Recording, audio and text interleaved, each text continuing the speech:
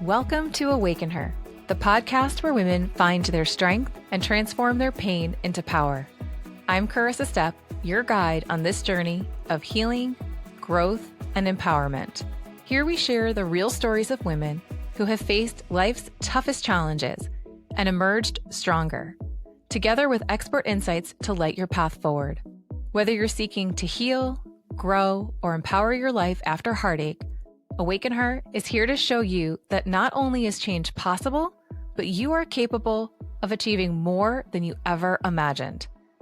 Let's dive into today's episode and take another step towards becoming your most empowered self.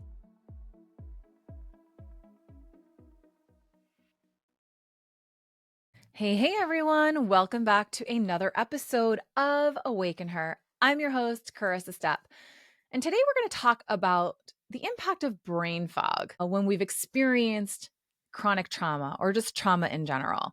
So one of the things for me is that I had always felt like I was a really bad storyteller because I couldn't remember chunks of time within a story that I was trying to remember, or I couldn't remember the details. And I was always really jealous of friends and family who were able to recall stories with so much detail that you kind of felt almost like you were there. And I have never been able to do that.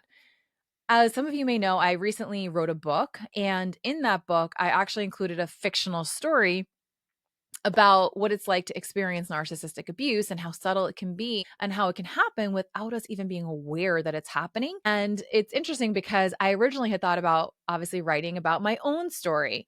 However, for two reasons, I decided not to. Number one, I wanted to protect the people in my life that I care about very deeply who may have been impacted by me sharing personal stories.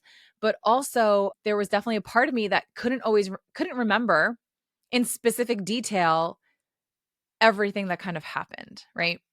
And so there's a couple of reasons for that. And I want to talk about that with you today so that it helps you give yourself a little bit of grace when you can't recall the details and you feel like your memory is a little hazy, or where you feel like maybe you might be experiencing early onset dementia. Okay. You probably are not. Obviously, I'm not a doctor. And if you have sincere and severe concerns about memory loss, or feeling very disoriented, then obviously I would encourage you highly to go seek out the diagnosis of a medical professional to ensure that it's not anything more serious. However, brain fog can happen after trauma because what happens is the hippocampus of the brain actually can become impacted as a result of trauma. So your hippocampus is responsible for kind of filing and organizing and storing away all of the details of your past experiences, of your memory, right? Of the things that you learn even. Think of it kind of like a librarian who's organizing and categorizing all of the different books on the shelves within the library, right? So that she can easily go and pull a book on a specific topic or by a specific author because she knows exactly where they are because they've been organized in a way where it's easy for her to go and recall the information, right? It's kind of like what your hippocampus does. But what happens is when we've experienced either significant trauma in our lives or just trauma in general, or we've been experiencing ongoing chronic trauma, which narcissistic abuse would be classified as, what happens is our brain gets wired for survival. When our brain and our nervous system gets wired for survival, what happens is your brain is doing its best possible job to keep you safe. And part of keeping you safe may be not recalling all of these intricate details because those details might be painful, right? Those memories might be painful. So your brain's trying to protect you from experiencing and reliving that pain over and over again. And as a result, it doesn't hold on to all of that information. And again, you have to remember that when it comes to our nervous system, it is always working on a subconscious level below our level of awareness. So even when we are not experiencing something that is truly a threat, subconsciously, our nervous system, our mind, our body, our brain might be perceiving a threat that is not obvious to us from a conscious perspective. So therefore, when we're kind of interacting with people that maybe subconsciously we know are not safe, or we are experiencing something that based on a past perception of something that we've already experienced, our nervous system is correlating that to a traumatic experience that we've had, or an experience that we had that caused us emotional pain, spiritual pain, physical pain, maybe psychological pain, then it's not going to really remember in vivid detail what happened. The brain can also go into a state of hyperarousal where maybe you will fixate on all of those details and only remember the small details of maybe what you were wearing or where you were when someone said something, but you may not remember necessarily how you felt in that moment or what was going on around you, right? You may not have like that big picture view of what happened, just these small intricate details like a fragrance that you smelled in that moment, as opposed to what was actually being said or what you were actually doing in the moment. So I want you to know that if you are experiencing a lot of brain fog or you feel like you're getting easily confused or disoriented, it could be because of trauma that you have experienced, and to not beat yourself up over it.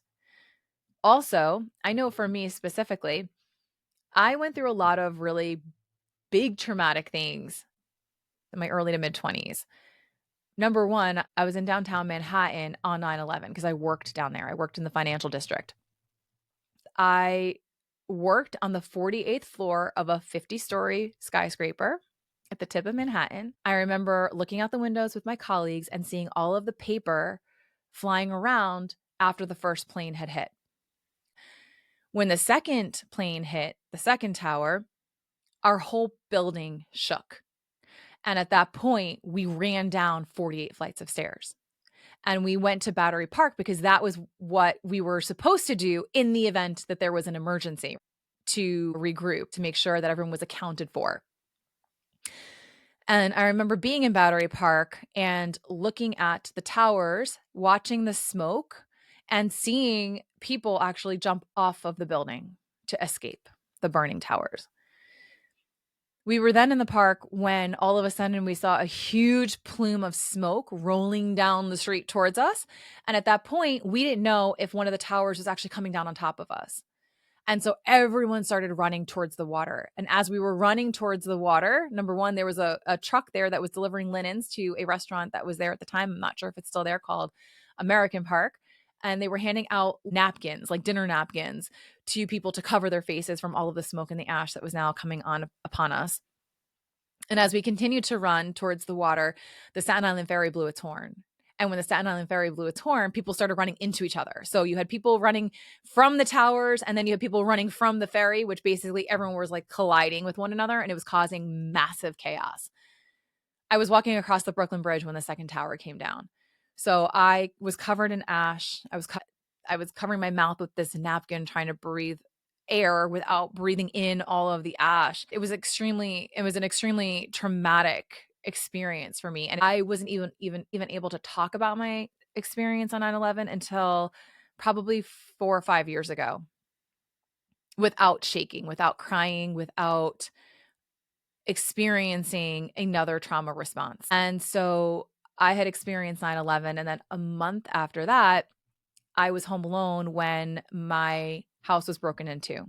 So I was, I guess you would say, a victim of a home invasion. And that was also a very traumatic experience for me, because when I called 911, they sent the cops to the house and they told me that from the back of the house, which is where I heard the noise, I heard the crash and I heard people talking. They said that there was nobody there, right? That the coast was clear. They didn't see anything. They didn't see anyone.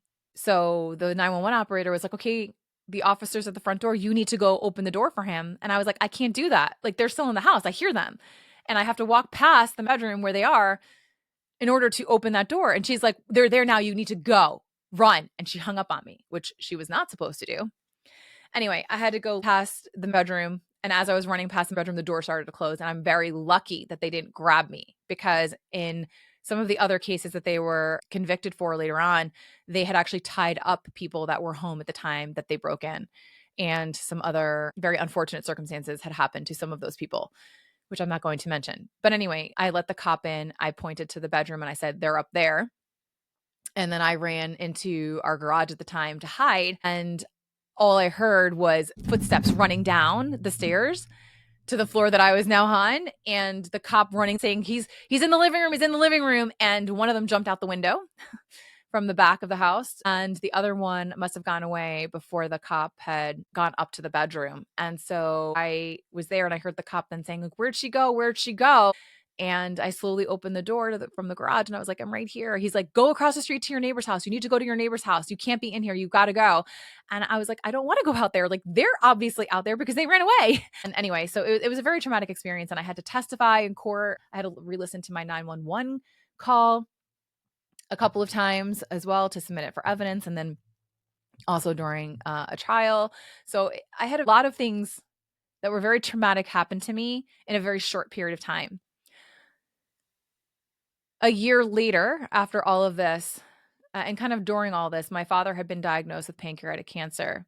So after that home invasion, after 9/11, my father passed away from pancreatic cancer. And so I was very young at the time, and had to watch my father experience this awful, awful, awful disease. And it basically took off work for the last month of his life while he was in hospice and dying.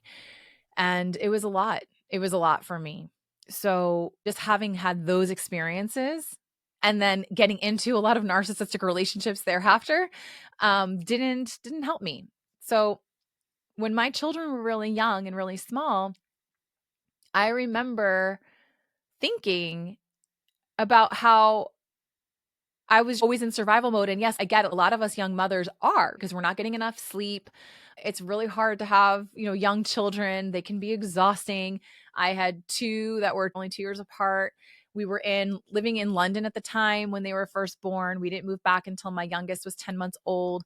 So I didn't really have a lot of support. I recall when they were probably 3 and 5, we had gone on vacation to the beach. And for me, the beach is my happy place. I love being by the water. It is where I'm happiest, where I feel most at peace, where I usually feel the most grounded. And I remember being on a vacation with them that summer and feeling like I couldn't even feel my toes in the sand. Like I couldn't feel them. I remember thinking I should be really present right now and enjoying every moment and experience and making all these beautiful memories with my family. And I just couldn't be present. I remember walking away, coming home from that vacation and being like, I feel like I wasn't there. I feel like I wasn't present, enjoying being by the water with my children and watching them play in the sand and doing all these fun activities with them. And it made me really, really sad because I felt like I was going to be missing out on their childhood. And I do feel like a lot of their young childhood I had spent in survival mode. I actually refer to them as like my zombie years, where I was just kind of going through the motions. And again, this is something that maybe a lot of young parents can relate to. But for me, it felt like it was really compounded by this significant trauma that I had already experienced. I also had these narcissistic relationships throughout my life. And so when I woke up in my late 30s, early 40s, and didn't recognize who I was anymore, I realized something had to change. And that's kind of when I started recognizing what was actually happening at a deeper level, that I was disconnecting from myself, that I was completely dissociated, was almost like living my life by observing it from the outside instead of actually being present and being in it. And so, yeah, like there was a lot of brain fog. There were a lot of things that I don't recall. The thing is that with narcissistic abuse, when you're experiencing that brain fog, it actually gives the narcissist ample opportunity to then continue to distort your reality by saying, you didn't say that. That didn't happen. I never said that. That's not what happened. And you're wrong and you're remembering it wrong. And you become very susceptible to believing what they're saying, to believing their version of the truth. And as a result, it just perpetuates that abuse and it can keep you kind of in the dark for even longer. So if you've experienced that, don't beat yourself up over it, because it's literally a physiological response to trauma, to an unsafe situation, to an unsafe person, to an unsafe relationship. And so I want you to also know that there is hope. that you can get those pieces back, that you can slowly rebuild your story. Remember who you are if you've disconnected from yourself, because some of this is like you start to forget who you are in all of this as well. It's not just forgetting the memories and the details, like you forget who you are as well. So there is hope and you can find yourself again. And I want you to know that. And I want to extend to you an invitation to come join us in my community, Savvy and Stronger, where you will find a group of women who have been through what you've been through, who understand it, who get it, and can help you, right? I can help you through the community, through the mini courses and workshops and everything that I offer in there, guided meditations, the resources that I provide you to help you start to piece back together who you are, help you rewrite this narrative, rewrite your story to a more empowering one. So if you'd like to come join us, I will leave the link below. Otherwise, you can head to my website. It's corissastep.com. I would love for you to check it out. Also, I have my book releasing. It was supposed to come out May 6th. It just got pushed back to May 27th. It is called The Savvy Girl's Guide to Thriving Beyond Narcissistic Abuse. And it is honestly a roadmap back to yourself in and of itself, just the book. And I would love for you to grab a copy of that. And if you send a copy of that receipt to the savvygirlauthor@gmail.com, you will get my 2025 digital planner, which has a lot of different somatic tools and exercises and monthly themes and reflections and journal prompts that can really help you along in this journey of rediscovering yourself, this personal growth that you're experiencing to get back to who you are, to recover, to heal from narcissistic abuse. So that's all from me today. I look forward to connecting with you again, and check out next week's episode that's coming. I have had some amazing guests on the podcast recently. And so next week's episode is a really incredible conversation that I have with an old dear friend of mine. And I can't wait for you to tune into that next week. Until next time, everyone, be well.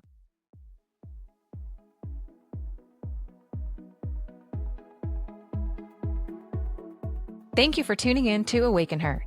Today's conversation may have ended, but your journey towards healing and empowerment is ongoing. Remember, every challenge you face is an opportunity to grow stronger and more resilient. If our stories today inspired you, consider sharing this episode with someone who needs these empowering messages. I'm Corissa Step, cheering you on as you take the steps to heal, grow, and transform your life. Keep believing in yourself, and until next time, stay empowered.